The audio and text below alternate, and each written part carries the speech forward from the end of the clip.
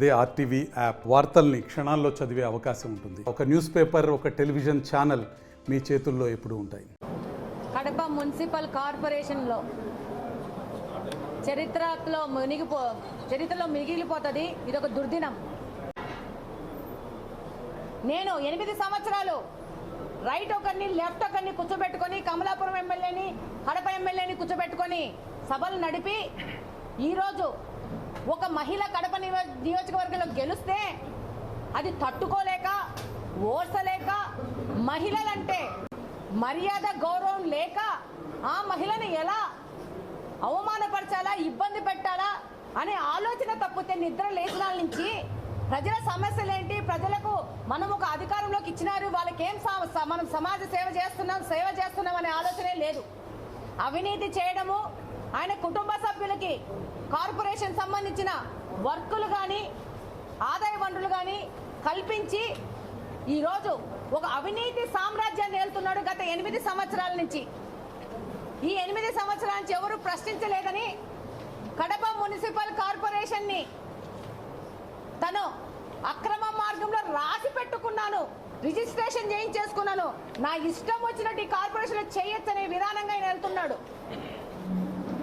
కనీసం ఈయన ఇంత బుద్ధి లేకుండా ప్రవర్తిస్తా ఉంటే వీళ్ళ పార్టీకి సంబంధించిన పెద్దలు మహిళలను గౌరవించాలా, నువ్వు ఏం బుద్ధి లేకుండా ఇట్లాంటి పనులు చేస్తానని అని గడ్డి తినిపించి బుద్ధి చెప్పాల్సిన పరిస్థితిలో వాళ్ళ పార్టీ కూడా ఏ విధమైన ఆయన మీద చర్యలు తీసుకోకుండా అచ్చోచిన ఆంబోతును వదిలినట్టు వదిలింది.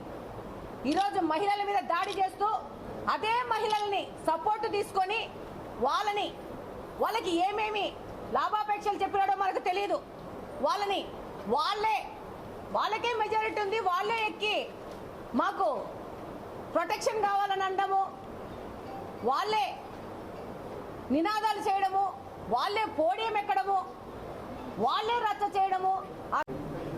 ఈరోజు అబ్సల్యూట్ మెజారిటీ ఉన్న వైఎస్ఆర్సీపీకి సంబంధించిన మేయర్ గారు ఏ విధమైన చర్చ లేకుండా, అజెండాలో ఏ విధమైన పాయింట్స్ చదవకుండా,